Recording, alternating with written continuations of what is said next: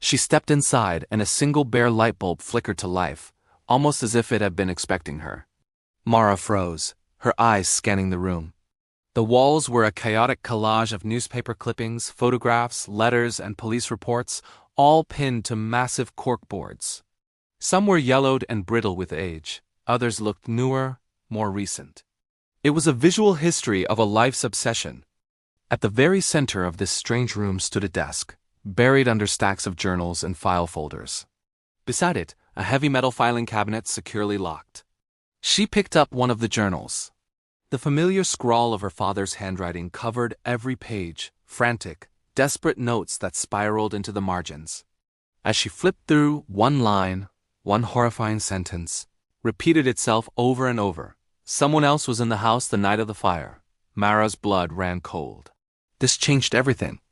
All these years, the official story, the one that sent her sister Alara to prison, was that Alara acted alone. But her father, the victim, he didn't believe it. He was convinced someone else was there. Her mother, another family member, or a complete stranger. Her hands trembled as she opened another journal, this one bound in worn leather. His entry was dated just a few months after the fire. Genevieve lied again, it read. She said she was at the charity gala that night, but I found her coat in the study. She was home. She knew what happened. She saw everything. The journal slipped from her grasp, her hands shaking too violently to hold it. Her mother. Her mother had always denied being home. The alibi was perfect. She was at a public gala until midnight. Everyone believed her. But her father knew she was lying.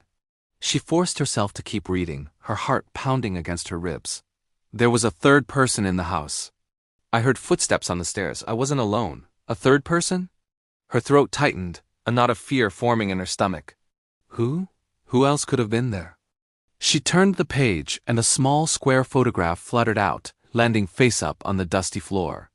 It was a picture of her as a little girl. A young Mara, standing in the hallway of this very house, looking up at something just out of frame. But it was the corner of the picture that made her breath catch. Barely visible, shrouded in shadow, was a blurry silhouette standing behind her. It was tall, broad-shouldered, and completely unrecognizable. A wave of dizziness washed over her, the floor seeming to tilt beneath her feet. Who was that person? Why were they in a photo with her? She snatched up another journal, flipping frantically to the very last page. 2 words were scribbled in a desperate, almost illegible hand. The door. But this was the door. The door to this secret room. She scanned the walls, her eyes darting from one clue to the next, searching for anything she might have missed. And then she saw it. Tucked away, almost perfectly hidden behind a tall bookshelf, was a second door. It was smaller, unmarked, and had no handle, no keyhole. Instead, a sleek, modern fingerprint pad was set into the wood, glowing with a faint standby light. Her father's note from the file suddenly blazed in her mind. Whatever is behind it destroyed us. Her breath hitched. She reached out, her fingers trembling, and placed her hand on the pad. She knew it wouldn't work, but she had to try. The pad flashed bright red, and a low beep echoed in the silent room. Access denied. She stepped back, the roar of her own pulse deafening. If her father's fingerprint was the key, and he was gone, then whose was meant to open it? Suddenly, a loud slam echoed from upstairs. The basement door. Mara jumped, her heart leaping into her throat. She heard footsteps. Heavy, deliberate, descending the old wooden stairs one by one. Someone else was in the house. She fumbled to turn off her flashlight, plunging the room into near darkness, and pressed herself flat against the wall, trying to disappear into the shadows. She held her breath, listening. The steps grew closer. Hello? She called out, her voice barely a whisper, trying to sound braver than she felt. Who's there? There was no answer. Just the slow, rhythmic thud of feet on the stairs. A long, distorted shadow began to stretch down the staircase, growing longer and longer as the person descended. Then a voice cut through the silence. A voice that stopped her heart. Mara. She knew that voice. It was Alara, but the tone was all wrong. It wasn't the sister she remembered. This voice was cold, hollow, and shaking with a terror that mirrored her own. Mara, Alara said again, her voice closer now. We need to talk. Slowly, cautiously, Mara stepped out from the hidden room. Elara stood halfway down the stairs, her eyes red and puffy, her hands trembling uncontrollably. She looked fragile, broken. Elara, Mara whispered, her mind reeling. They released you? Only temporarily. They're asking more questions. Elara's voice cracked, thick with unshed tears. I need you, Mara. I need you to finally hear me. Mara took an instinctive step back, the discoveries from the secret room swirling in her head. Elara, what else did you lie about? A choked sob escaped Elara's lips. Mara, she said, her voice finally breaking completely. The night of the fire. I wasn't alone. The air in the basement turned to ice. It confirmed her father's notes. Someone else was in the house, Elara continued, her body shaking harder. Someone Mom let in.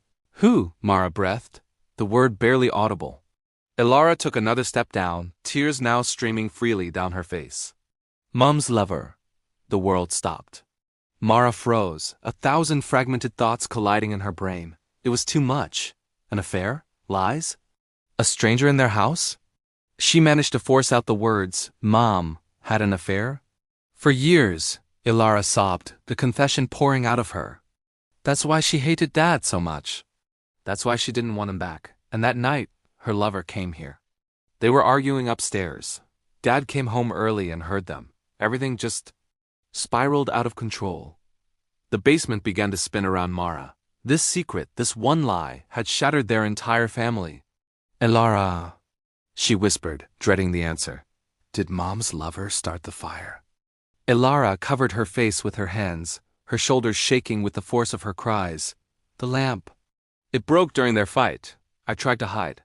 Dad came in, he panicked. He tried to put it out. The lover, he just ran. And Mom told me if I ever said a single word about him, she'd ruin both our lives. Mara stumbled back, trembling violently from head to toe. The lies, the weight of it all, was suffocating. Who is he? She demanded, her voice raw. Who was Mom seeing? Elara slowly, hesitantly, raised her head. Her lips trembled. Her eyes, wide with fresh horror, weren't looking at Mara anymore. They were looking past her, behind her. He's here,